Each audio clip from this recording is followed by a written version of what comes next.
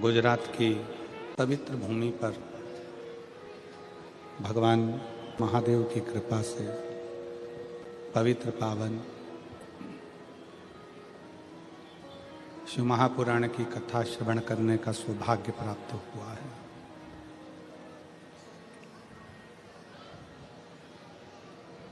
गुजरात की ये पवित्र भूमि शिव और भगवान शंकर की कथा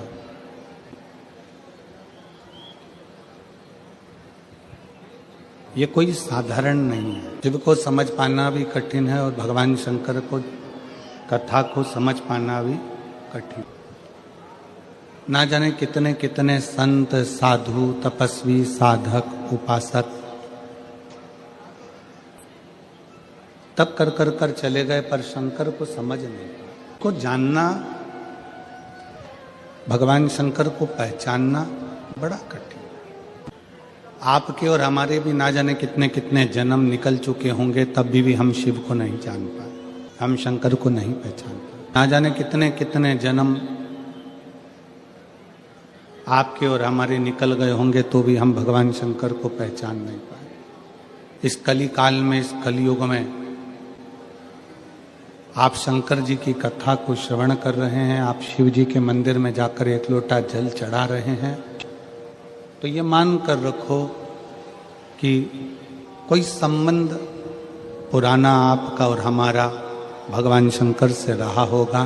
तो शिव जी ने आपको खींच कर शिव पुराण तक, मंदिर तक बुला लिया। कलिकाल में शिव भक्ति, इस कलिकाल में भगवान शंकर का स्मरण, उपासना खाली नहीं जाती है।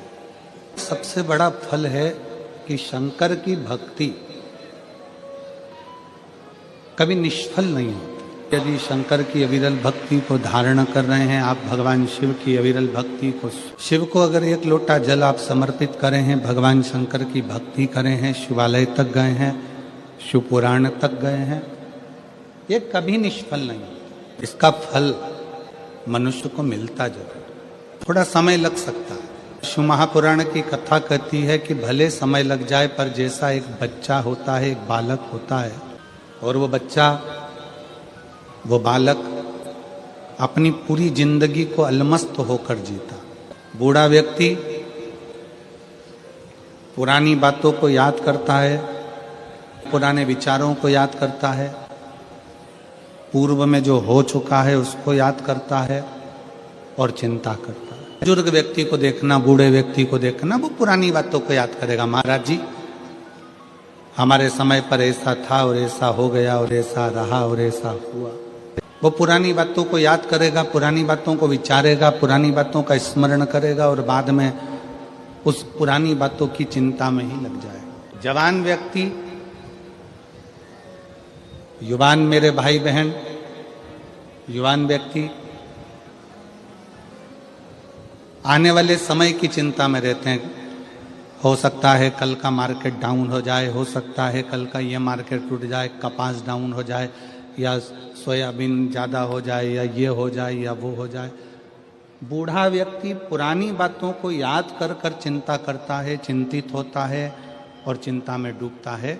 युवान भाई बहन, नवयुवक बेटा बेटी आने वाले कल की चिंता में डूबे रहते हैं और वो अपनी जिंदगी को कल की चिंता में लगाते लगाते लगाते लगाते मायूस हो जाते हैं। बूढ़ा पुरानी बात से चिंतित हो रहा है, नवयुवक बेटा बेटी कल की बात से चिंतित हो रहे हैं।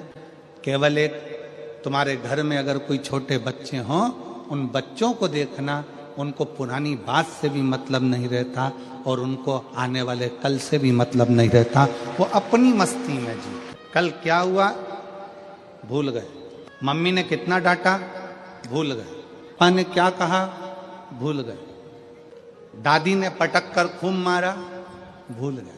वापिस आए, दादा की गोद में बैठ गए, दादू ऐसा, दादी ऐसा, मम्मी ऐसा, पापा ऐसा, भूल गए।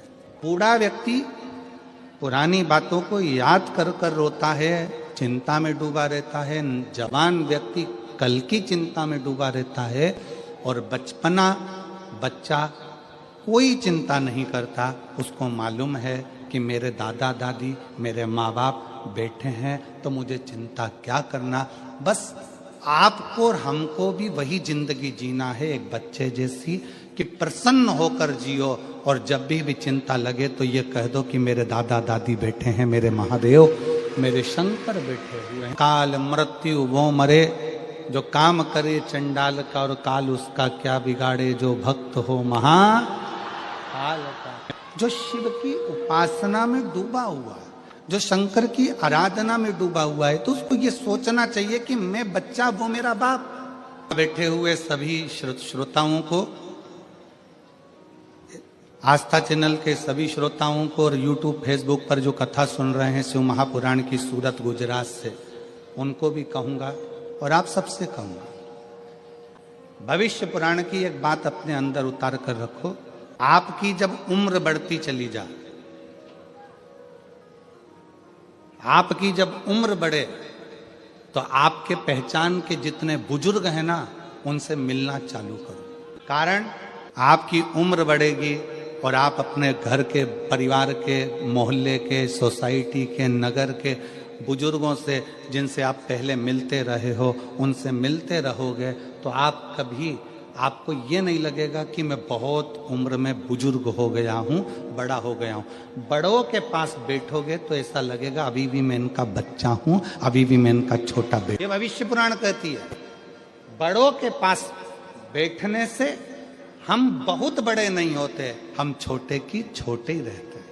पत्नी के पास बैठोगे तो वो कह देगी तुम्हारी उम्र इतनी हो गई, तुम्हारा बर्थडे ये वाला आ रहा है, तुम्हारा वो जन्मदिन ये वाला आ रहा है। पति के पास बैठोगी तो कह देगा कि तुम्हारा जन्मदिन ये वाला आ रहा है। बहन के पास बैठोगे तो बहन कह देगी तुम्हारा जन्मदिन ये आ रहा है। भाई के पास बैठोगे तो कह देंगे तुम्हारा जन्मदिन ये आ रहा है। पर किसी घर के बुजुर्ग के पास बैठोगे, अपने माता पिता के पास, अपने काका काकी के पास, अपने बुआ फूफा के पास, अपने मामा मामी के पास, अपने नाना नानी के पास, अपने दादा दादी के पास, अपने मोहल्ले में रहने वाले किसी बुजुर्ग के पास बैठोगे, तो वो तुरंत कह देगा मुझे तो नहीं लगता कि इतने साल का हो गया, तो मेरा वही छोटा सा बबुआ है, तू मेरा भी छोटा सा बेटा है। उसकी निगाह में आप छोटे की छोटे ही। किसी बड़ों के पास बैठोगे, भविष्य पुराण कहती है किसी बड़े के पास जाकर बैठोगे तो तुम अपना छोटपन कभी नहीं भूलोगे। और फिर निवेदन है, आप 70 साल के हो जाओ, 60 साल के हो जाओ, यहाँ पर कई मेरी बहनें बैठी हुई हैं, कई मेरी जीजियाँ बैठी हैं, जिनको 20-20 साल तक औलाद नहीं हुई, और 20 साल तक जब औलाद नहीं हुई तब वो समझने लगी। लोगों ने कहा 20 साल शादी को हो गए, बच्चा नहीं है, 27 साल शादी को हो गए, संतान नहीं है, 24 साल शादी को हो गए, 10 साल शादी को हो गए, तुझे औलाद नहीं है। उसको ऐसा लगता है कि मेरी इतनी शादी को साल हो गए। तब उस बहन ने शंकर जी के मंदिर में 1 लोटा जल चढ़ाना प्रारंभ करा। तब बहन को समझ में आया कि अभी मैं छोटी हूँ, मेरा बाप अभी बैठा हुआ है। तो उसने अपने आप को छोटा समझा, अभी अपने आप को उसने छोटा पाया तो शादी के 27 साल बाद भी, 10 साल बाद भी, 15 साल बाद भी उसके घर में औलाद हुई, क्योंकि उसने अपने आप को छोटा समझा। बड़ी बहू ज्यादा सुखी है कि छोटी? सबसे ज्यादा सुखी होती है छोटी। क्यों? बड़ी के हाथ से थोड़ी सी भी काम बिगड़ जाए ना तो सास चिल्ला के दौड़ती है, तुझ में तो अकल थी, तू तो बड़ी थी, तू तो समझदार थी। और छोटी के हाथ से अगर कोई काम बिगड़ जाए तो सास कह छोटी है रे, अभी उसको अकल थोड़ी ना, तू तो समझदार थी ना, तू तो श्रेष्ठ थी ना। को लेकर चलने का किसको कहा जाता है? छोटे को कि बड़े को? बड़े को। बेटा तू घर का समझदार बेटा है, बड़ा बेटा है, तुझे परिवार को लेकर चलना है, तुझे परिवार को ढोकर चलना है, सब कुछ बड़ा झुककर चले, बड़ा नम्रता में चले, बड़ा सबको लेकर चले। पर सबसे ज्यादा सुख छोटे को होता है। बड़ी बहू ताला लगाने में रखी है, पापा तुम चले जाओ, मम्मी तुम चले जाओ, घर में बच्चे हैं, मैं देख लूंगी, ऐसा कर लूंगी, वैसा कर लूंगी। शादी हो रही है, घर में परिवार में शादी है, बड़ी बहू बेचारे मेहमानों को निभाने में लगी हुई है, मेहमान आ रहे हैं उनको खिलाने में लगी हुई है, और छोटी बहू दोनों हाथों में नीचे तकिया रख के आराम से मेहंदी मंडा। किसी ने सास से कहा वो तुम्हारी छोटी बहू को देखो जरा मेहंदी मंडवा रही है, और वो बड़ी बेचारी इतना काम कर रही है। तो इतने में सास ने भी कह दिया, पल्लू में सास ने पल्लू लेकर, उसमें तो अक्ल नहीं है, तो शादी मादी पड़ी, उसको मेहंदी बनवाने की क्या जरूरत थी? पर छोटी में अक्ल नहीं, मेरी बड़ी वो देखो वो ताला लगा रही है, वो मामा जी को खाना खिला रही, फूफा जी को खाना खिला रही, बुआ जी को खाना खिला रही, और छोटी अक्ल नहीं। और बड़ी बहू को तैयार होने की फुर्सत नहीं, और छोटी पार्लर में 2 घंटे से गई है। बड़ी बहू बेचारी काम में लगी रही और छोटी सबसे पहले बफेट में गई। इसमें पानी और डालो, ने कहा वो देखो तुम्हारी छोटी बहू को देखो जरा। अब क्या करें, देखो उसमें अक्ल नहीं है, हमारी बड़ी बहू समझदार है। तो अच्छा ईमानदारी से बोलो, बड़ी बहू समझदार समझदार समझदार समझदार समझदार, तो जायदाद का हिस्सा बड़ी बहू को ज्यादा मिलेगा क्या? नहीं, हिस्सा दोनों को बराबर मिलेगा। तो समझदार रहने से फायदा कौन सा? शिव पुराण कह रही है बड़े मत बनो। शिव पुराण कहती है दिल से हमेशा स्मरण करना, दिल के बड़े बनना, पर अपने हृदय से छोटे रहकर अपने माता पिता के चरणों के दास रहकर, छोटे बनकर जो जिंदगी जी सकते हो, छोटे बनकर जो सुख झेल सकते हो, जो ले सकते हो, वो सुख कहीं नहीं मिल सकता। विश्व पुराण कहती है कि बड़े को चिंता, बड़ा स्मरण करता रहता है पूर्व का, जवान युवान बहन भाई चिंता में डूबे रहते हैं कल की, और बच्चा अपनी आनंद की जिंदगी जीता है, उसको मालूम है मेरे घर में मेरे माँ बाप है। छोटे बनो, छोटे बनकर आप अपनी जिंदगी को जियोगे उतने सुखी रहोगे। यहां इतने सारे बैठे हैं बड़े बड़े बड़े बड़े, उनसे पूछो कमा रहे हैं तो टेंशन है, कमा रहे हैं तो टेंशन है, टैक्स देना है, ये करना है, वो करना है, ये धरना है, वो धरना है। छोटे से पूछो, छोटा कोई चिंता नहीं, आएगा जाएगा, अपनी मस्त की जिंदगी जीना। से पूछ ले केम छो, मजा मां है। जब हम कोई पूछता है केम छो तो आप कहते हो मजा में, तो बस एक बात अपने अंदर उतार के रखो कि दुख की जिंदगी हो चाहे तकलीफ की जिंदगी हो, शंकर के मंदिर में 1 लोटा जल अगर चढ़ाते रहोगे तो मजामा तो रहते ही रहोगे। काटने के लिए भी 1 दिन दिया और उड़ाने के लिए भी 1 दिन दिया, मकर संक्रांति का, कि उड़ाना भी लपक कर और काटना भी लपक कर। कथा कहती है आसमान की पतंग को काटो मना नहीं है, पर किसी के व्यापार को और किसी के हृदय को और किसी के शरीर को मत काटो। अपने पड़ोस में किसी बेटी का संबंध हो रहा है, किसी बेटे की शादी हो रही है, कोई तुमसे पूछने आया कि साहब शादी कर रहे हैं, लड़का कैसा है? काटना नहीं, बहुत अच्छा है, बहुत अच्छी बेटी है, करो, बड़े प्रेम से करो, बहुत अच्छे से करो, बहुत श्रेष्ठता से करो, काटना नहीं। मेरे शंकर भगवान ने, मेरे उघड़दानी ने, मेरे शिव ने, मेरे त्रिकालदर्शी ने, मेरे कैलाशी ने, मेरे अविनाशी ने, मेरे शंकर भगवान जब एक बार भगवान शिव श्रीशैलम की भूमि पर बैठे हुए थे, षडानंद कार्तिकेय जी उनसे मिलने के लिए आए। श्रीशैलम की भूमि पर बैठते हैं, जब जब मेरे देवाधिदेव महादेव श्रीशैलम में जाकर बैठते हैं पार्वती जी के साथ में, तब तब माता पार्वती जी शंकर भगवान से गायन विद्या को सीखती है। तब सरस्वती भी उस स्थान पर आकर बैठती हैं कि भगवान शंकर जब पार्वती जी को गायन विद्या सिखाएंगे, जब भगवान शंकर माता पार्वती जी को गायन विद्या देंगे, तब हम भी स्वीकार करेंगे।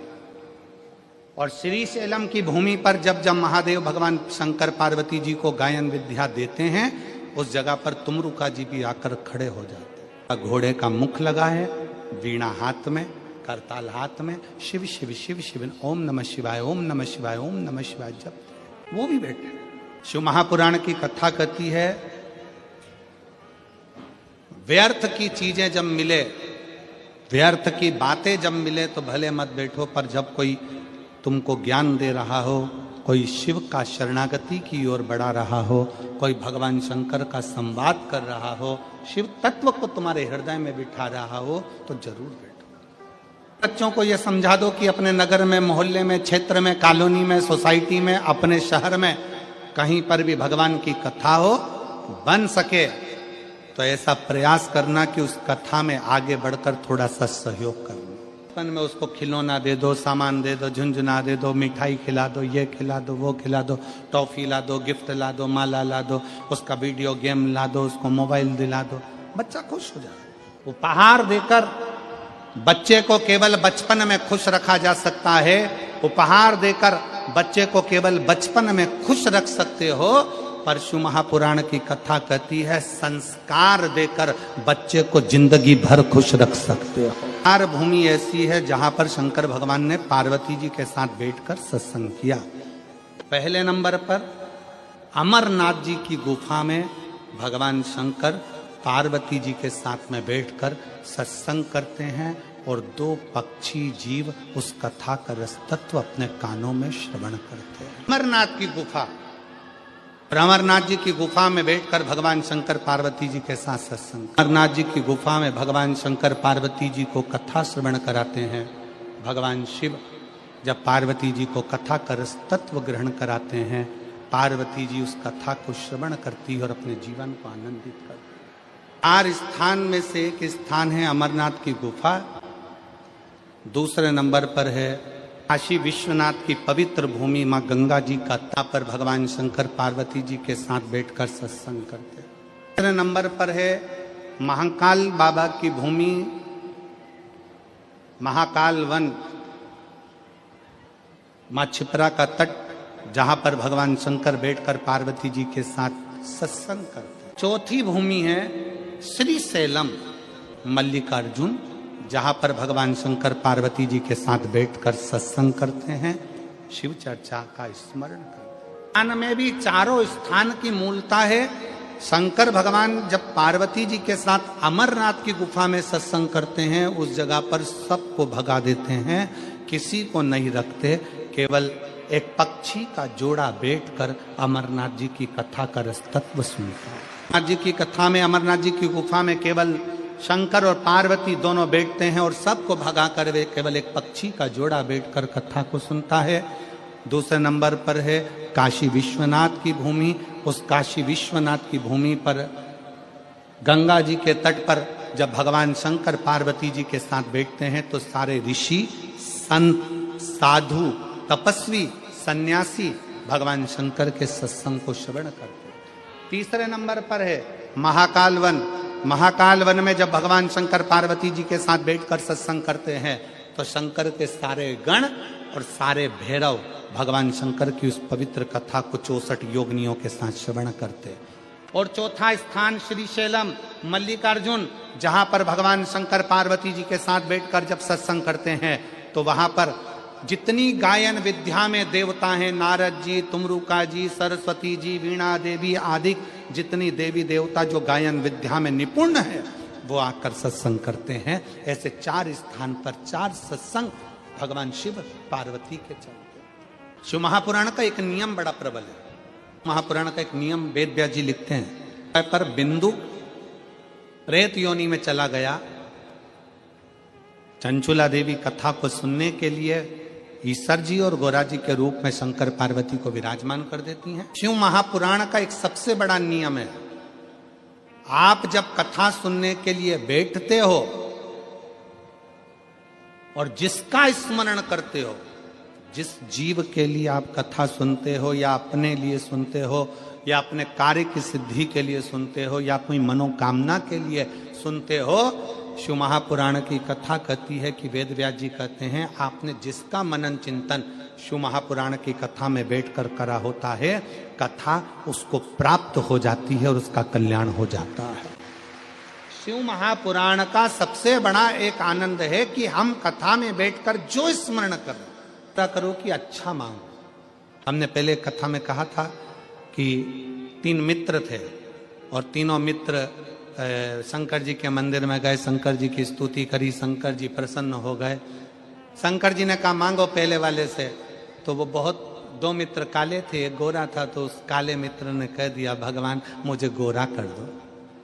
शिव जी ने उसको गोरा कर दिया। दूसरा मित्र भी काला था, उसने भी भगवान से मांगा भगवान मुझे गोरा कर दो, भगवान ने उसको भी गोरा कर दिया।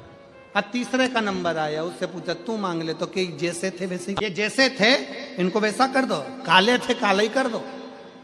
अब जरा विचार करने वाली बात है, तीसरा मित्र चाहता तो कुछ अपने लिए अच्छा मांग लेता, पर दूसरे का बुरा करने के चक्कर में वो अपना भी छोड़ बैठा और अपने लिए भी नहीं। दूसरे का बुरा करने में लगे हुए हैं तो अपना भी भगवान शंकर बैठे हैं श्री शैलम की भूमि पर। षडानंद कार्तिकेय जी उनके पास में आए हैं। कार्तिकेय जी आए, बैठे। षडानंद कार्तिकेय जी ने भगवान शंकर जी के सम्मुख में एक प्रश्न रख दिया। संसार के मनुष्य सुन ले बड़े सावधानी से, घर के नव युवक बेटा बेटी सुन ले, अगर तुम्हारे दिल में कोई प्रश्न आया है, तुम्हारे दिल में अगर कोई, तो प्रयास करना कि उस प्रश्न का उत्तर अपने माँ बाप से, अपने घर के दादा दादी से, अपने घर के व्यक्ति से उसका उत्तर ढूंढने का प्रयास कर। आजकल की छोरियों को कच्चे मकान और सच्चे इंसान समझ में ही नहीं आते। युवक को मेरे षडानंद कार्तिकेय जी के हृदय में, मेरे कार्तिक बाबा के हृदय में जब कोई प्रश्न उपजा तो उन्होंने अपने पिता से कहा, कोई प्रश्न उपजे अपनी माता से कहा। आज के जमाने में अंदर कोई बात उपजती है तो सबसे पहले हम पूरे मोहल्ले में कह देते हैं, पर अपने घर में रहने वाले व्यक्ति को बता नहीं पाते, क्योंकि हमारा विश्वास दृढ़ नहीं हो पाता, हमारा भरोसा दृढ़ नहीं हो। मेरे बेटाओं से निवेदन है, तुम्हारे मन में अगर कोई भाव है तो पहले अपने माता पिता से कहो, पापा ऐसी बात है, मम्मी ऐसी बात है। हम पूरे मोहल्ले को बता रहे, हम अपनी सहेलियों को बता रहे, अपने दोस्तों को बता रहे, अपने फ्रेंडों को बता रहे, सबको बता रहे, पर वो अपने घर में रहने वाले व्यक्ति को नहीं बता पा। कार्तिकेय जी ने कहा, पिताजी मेरे मन में एक संशय है। प्रकृति बदलती है, समय बदलता है, घर बदलता है, वृक्ष की पत्तियां बदलती है, फूल बदलता है, जमीन बदलती है। जो प्लाट खाली पड़ा एक दिन में मकान बन जाता है, मकान बना हुआ भी एक दिन खंडर बन जाता है, सब बदलता है। व्यक्ति बचपन में अलग दिखता है, जवानी में अलग दिखता है, बुढ़ापे में अलग दिखता है, व्यक्ति का शरीर भी बदलता है। षडानंद कार्तिकेय जी ने कहा, पिताजी प्रकृति बदलती है, जमीन बदलती है, घर बदलता है, इंसान बदलता है, सब कुछ, व्यक्ति का स्वरूप बदल जाता है, रंग बदल जाता है, ये सब कुछ बदलता है। जी ने कहा, पिताजी मेरे मन में एक संशय है कि सबसे जल्दी तुरंत कौन बदलता? तो शंकर भगवान ने कहा, इंसान से ज्यादा कोई नहीं बदलता, ज्यादा कोई नहीं बदलता। थोड़ी देर में कैसा है और थोड़ी देर में कैसा होगा, थोड़ी देर में उसका व्यवहार कैसा है, थोड़ी देर में कैसा होगा, क्या कहता है, क्या करता है, मनुष्य से ज्यादा जल्दी कोई नहीं बदल सकता।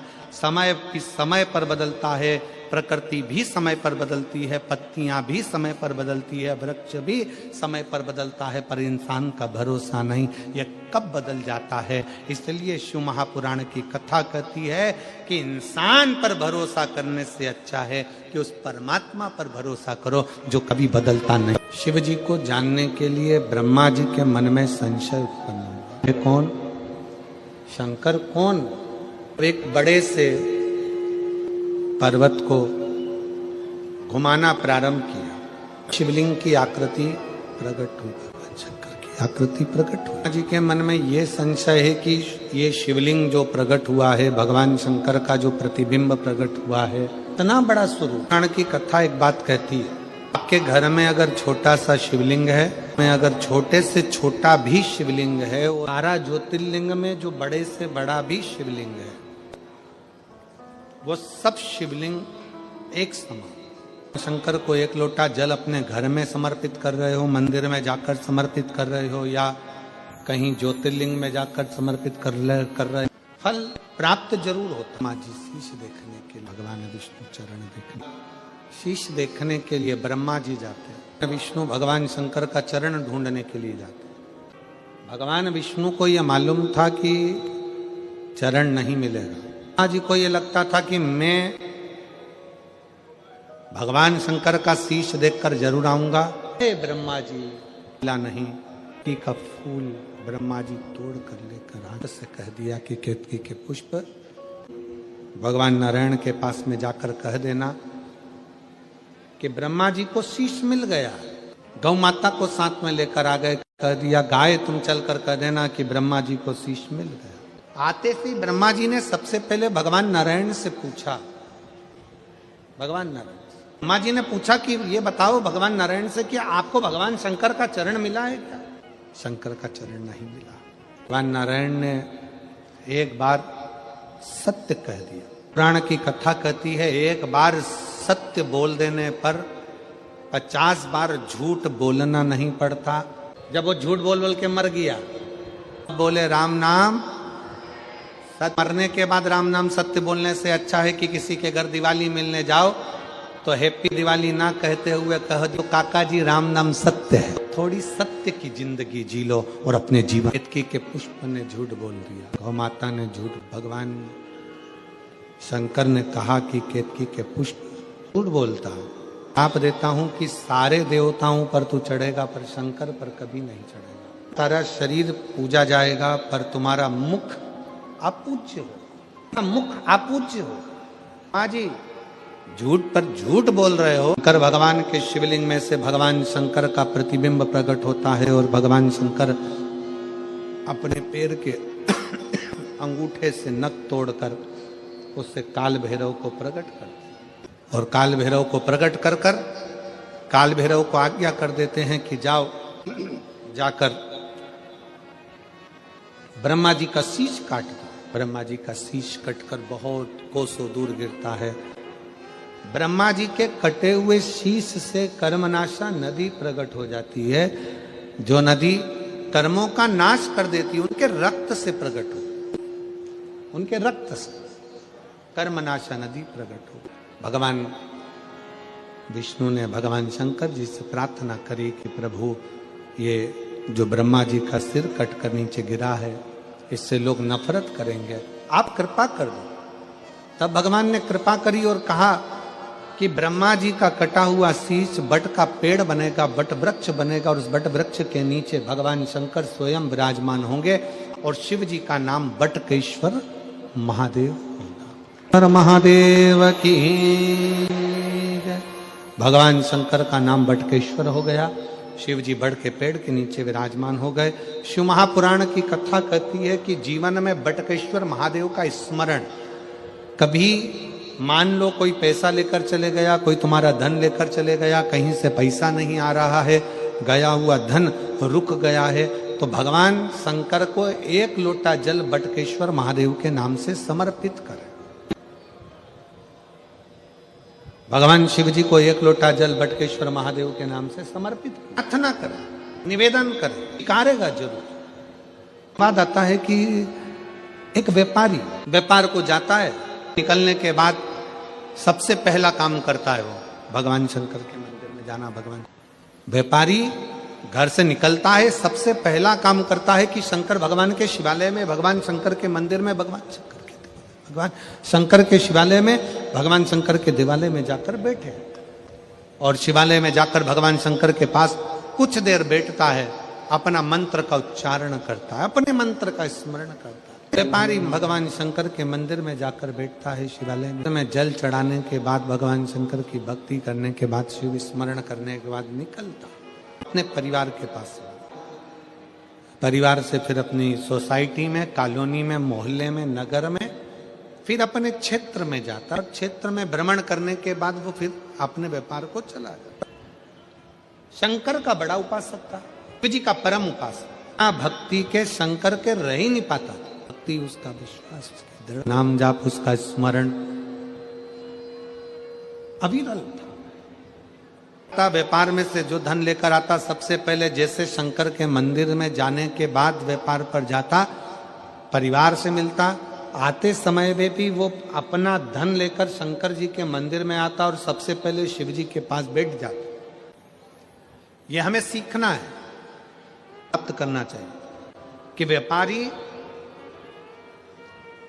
घर से निकलकर सबसे पहले शंकर के मंदिर तक जाता है, शंकर के मंदिर के बाद फिर सबसे मिलने के बाद फिर व्यापार पर जाता है। आता है तो सबसे पहले शंकर के शिवालय में जाता है, शंकर के मंदिर में जाता है, फिर अपने घर को जाता है।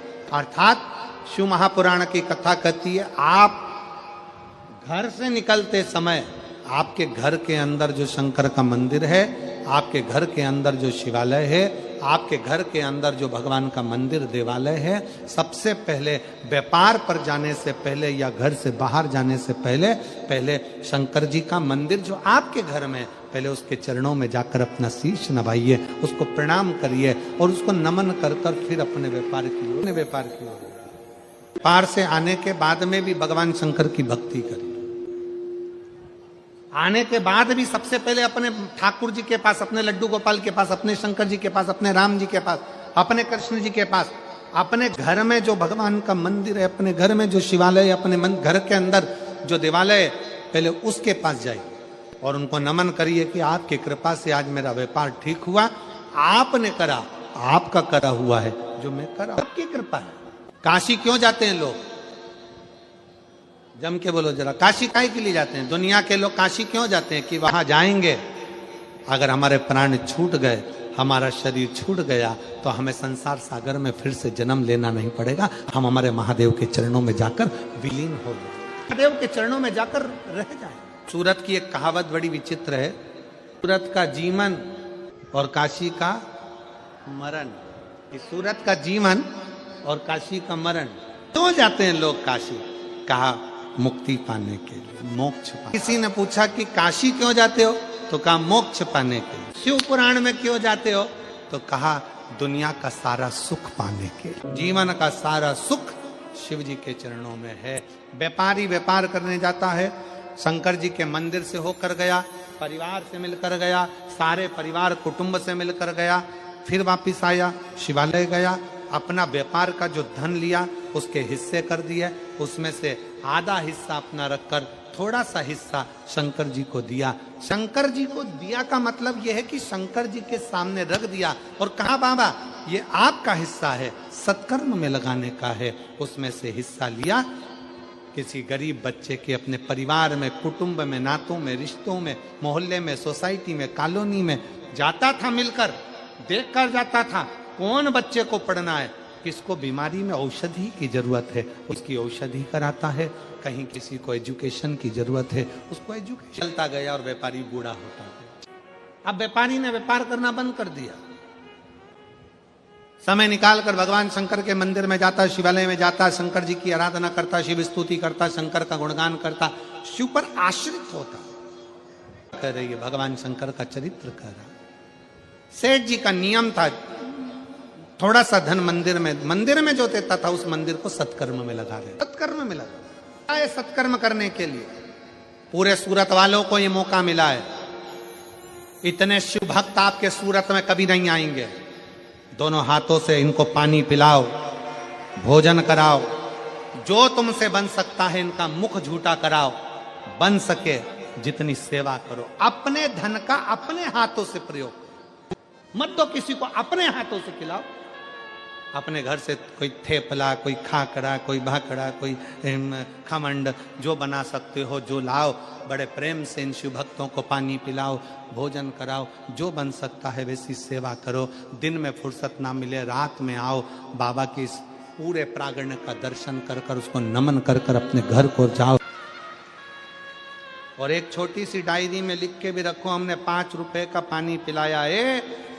और अगली कथा जो 24 तारीख से 30 तारीख तक, ये कथा यहाँ पर 16 से 22 तारीख तक यहाँ पूर्ण हो जाएगी। वो 24 से 30 तारीख तक जो कथा साकरी में होगी, उस महाराष्ट्र के साकरी में अपने पत्र को जरूर भेजना कि मेरे भोले बाबा ने तुमको कितना दिया है। शिव देता है, कुछ नहीं लेता, उसकी देने की आदत है। उसको बोलते हैं कुबेरेश्वर महादेव, शेर भंडारी, जो दुनिया को भंडार भरता रहता। व्यापारी ने लगाया, समय निकला, बहू बच्चों ने, परिवार के लोगों ने, बुढ़ापा आता है ना तो धीरे धीरे सारे दूरी बना लेते। पन खेल में चले जाता है, जवानी भोग और विलास में चली जाती है, अधेड़ी कमाने में निकल जाती है और आता है बुढ़ापा, जो दुनिया का सबसे कठिन समय। बचपन में तुम बोले, तुम्हारे माँ बाप ने सुना, जवानी में बोले, पति बोला, पत्नी ने सुना, पत्नी बोली, पति ने सुना, अधेड़ी आई, तुमने बोला, तुम्हारी औलाद ने सुना।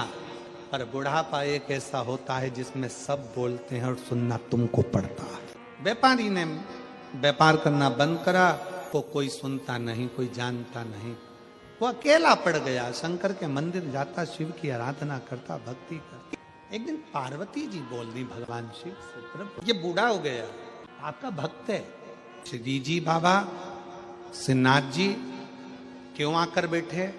ये पूरा गुजरात जानता होगा कि नाथ द्वारा में श्रीनाथ जी एक बूढ़ी माँ ठाकुर जी की सेवा करती थी। वो बूढ़ी माँ बुजुर्ग हो गई थी, शरीर से बनता नहीं था। तब यमुना जी ने ठाकुर जी से कहा कि जब ये जवान थी तो तुम्हारी सेवा करती थी, अब ये बूढ़ी हो गई तो तुम सेवा करने के लिए आओ। पार्वती जी ने शंकर जी से कहा ये बुजुर्ग हो गया। शंकर भगवान बोले सुन पार्वती, तन बूढ़ा होता है, ताकत बूढ़ी होती है। पार्वती, तन बूढ़ा होता है, ताकत बूढ़ी होती है, सत्ता बूढ़ी होती है, वैभव बूढ़ा होता है। पर पार्वती, व्यक्ति ने जो कर्म किया है ना, चरित्र व्यक्ति का कभी बूढ़ा नहीं होता। अभी तक इसने अपने परिवार को जो करा था वो अपनी जगह छोड़, अब तू देख अकेला आकर बैठा। जिसकी वो औषधि कराता था वो बुजुर्ग सामने आकर बैठ गए। काका जी कैसे हो? अकेले बैठे हो? आया करो घर। धीरे धीरे धीरे धीरे जिनकी सेवा उसने करी थी उन्होंने उसकी सेवा करना प्रारंभ करा। जिसको एजुकेशन कराया था उन एजुकेटेड बच्चों ने इसका सम्मान करना प्रारंभ करा। आपने मुझे विद्याध्ययन कराया, नहीं तो मैं कहाँ चलेगा। तन बूढ़ा होगा ना चलेगा, ताकत बूढ़ी होगी ना चलेगा, वैभव बूढ़ा होगा ना चलेगा, बल बूढ़ा होगा ना चलेगा, पर चरित्र बूढ़ा मत होने। अच्छा कर्म करिए, जितना श्रेष्ठ बन सकते हो अपने चरित्र को श्रेष्ठ बनाने का प्रयास करिए, अच्छा इंसान बनने का प्रयास करिए। हो सकता है कि परिवार नाते रिश्ते साथ ना दे, आपने किसी का अच्छा करा होगा तो वो तुम्हारा साथ जरूर देगा। तुमको सिग्नेचर करने के लायक बनाया है, साइन करने के लायक बनाया है। अगर भगवान ने तुमको अच्छी कुर्सी पर बिठाया है, अच्छा पद दिया है, प्रतिष्ठा दी है, तुम्हें अच्छा पद प्रतिष्ठा दी, तुम्हारे सिग्नेचर से अगर किसी का भला हो सकता है तो अपना सिग्नेचर जरूर करो। किसी का बुरा करने के लिए सिग्नेचर मत करो, पर किसी का भला करने के लिए सिग्नेचर अवश्य करो। क्यों? एक बार तुमने किसी का भला करने के लिए अगर सिग्नेचर का प्रयोग कर लिया तो यह पक्का है कि जिसका अच्छा करा है ना, तुम्हारे घर के लोग भी, ये कुर्सी रहती है ना, सत्ता रहता है ना, वैभव रहता है ना, तब तक तो घर के लोग भी खूब काका जी ने, फूफा जी ने, मामा जी ने, पिताजी ने, माता जी ने, ये जी ने, वो जी ने, फलाना जी ने, ढिमका जी। और जैसे ही तुम कुर्सी और सत्ता से नीचे आते हो ना, तब तुम्हारा सिग्नेचर भी काम नहीं करता। रिटायर होने के बाद सिग्नेचर काम करता है। रिटायर होने के बाद कोई अपनी कुर्सी पर जाकर बैठ जाए, थानेदार रिटायर हो गया, थाने में जाकर सिग्नेचर करेगा, उसका कोई मायना नहीं है। अगर कोई व्यक्ति सिग्नेचर करने के लिए आतुर होगा तो उसका सिग्नेचर काम नहीं करेगा। बैंक का मैनेजर रिटायर हो गया, बाद में सिग्नेचर करने बैंक में जाएगा तो उसका सिग्नेचर काम नहीं आएगा। जिस समय कुर्सी पर हो उस समय अपने पद के साथ अहंकार को दूर करो और प्रयास करो कि किसी का भला हो सके। के लोग अपनी कथा में कहते होंगे कि स्वर्ग जाओगे, नरक जाओगे, ये वर्णन करेंगे, वो वर्णन करेंगे। शिव महापुराण में वेद व्यास जी ने एक जगह भी नहीं लिखा कि मरने के बाद स्वर्ग जाओगे कि नरक जाओगे। वेद व्यास जी ने इतना जरूर लिखा कि अपने कर्म का भोग इसी संसार में भोगोगे, यहीं पर स्वर्ग है और यहीं पर नरक है। गरुड़ पुराण कहती है स्वर्ग जाने का, नरक जाने का। पुराण कहती हैं, भागवत में भी वर्णन आता है कि इतने नरक होते, इतना स्वर्ग का भाव है। सारे पुराण कहेंगे नरक और स्वर्ग का, पर शिव महापुराण नहीं कहती कि तुम नरक जाओगे कि स्वर्ग जाओगे। शिव महापुराण की कथा कहती है अपना कर्म अच्छा करते चलो, अपना कर्म अच्छा करते चलो। डनलप के गद्दे पर सो रहे हो, गोदड़ी पर सो रहे हो, रुई के गद्दे पर सो रहे हो, कपास के गद्दे पर सो रहे हो, शिव महापुराण की कथा कहती है अपने घर में अगर तुम रात को आराम से पलंग पर सोते ही तुम्हारी आंखों में नींद आ जाए, खूब चकाचक सो, सवेरे 6 बजे 5 बजे खुले, तो समझ लेना कि तुम स्वर्ग में हो। और डनलप के गद्दे में एसी के रूम में 1 गिलास दूध पीने के बाद बाजू में खुशबू देने वाला परफ्यूम रखा होने के बाद भी रात को नींद की गोली खाकर सोना पड़ रहा है, और तो भी 2:30-3 बजे नींद खुल गई, समझ लेना नरक की जिंदगी। चिंता चिंता चिंता चिंता चिंता, रात को 1:30 बजे नींद खुल गई, शर्ट में चैन है। एक पति सो रहा था, पत्नी साथ में, आधी रात को पत्नी की नींद खुल गई, 1:30 बजे रात को उठकर बैठ गई। पति ने पूछा क्यों तुझे नींद नहीं आ रही? नहीं। क्यों? अपने को एक पप्पू हो गया, वो कहां सोएगा। पति बेचारा पलंग पे से थोड़ा सा सरका और पत्नी से कहा यहां सोएगा, अब तू सो जा, मुझे सुबह दुकान जाना है, सो। पत्नी फिर सोई, 2:30 बजे फिर जग गई। पति ने कहा क्या हुआ? मान लो अपने को एक छोटी सी पप्पी हो गई, बेटी हो गई, तो वो कहां सोएगी। पति और सरका, यहां सो जाएगी, अब तो सो जा। पत्नी फिर सो गई। पति 3:30 पे फिर जग गई। पति ने कहा अब क्या हुआ? मान लो एक और पप्पू हो गया, तो पति और सरका, पलंग से धड़ से नीचे गिर सो जाएगा, तू सो जा, मुझे सो जान दे, दुकान में जा। पत्नी तो सो गई। पति ने अपना बैग तैयार करा। सवेरे सवेरे पत्नी उठी, पति का बैग तैयार करते हुए देखकर पूछा जी सुनो, रात को कितने अच्छे से बात कर रहे थे, सवेरे सवेरे कहाँ जाने की तैयारी कर रहे हो? पति बोला रात को केवल बेटे की कामना करी थी और पलंग से गिरकर कमर की हड्डी टूट गई। अगर बेटा पैदा हो गया तो ना जाने कौन कौन सी हड्डी तोड़ेगा। मैं तो चला प्रयागराज में, सब बाबा बन रहे, मैं भी जा रहा। चिंता आधी रात की नींद तुड़ा देती है। रखा धन आधी रात की नींद तुड़ा। जरा सा इनकम टैक्स ऑफिसर घर में आकर बैठ जाते हैं तो टेंशन हो जाता है। दिया फाइल लाओ, तुम्हारी जरा सी टैक्स की फाइल देखी और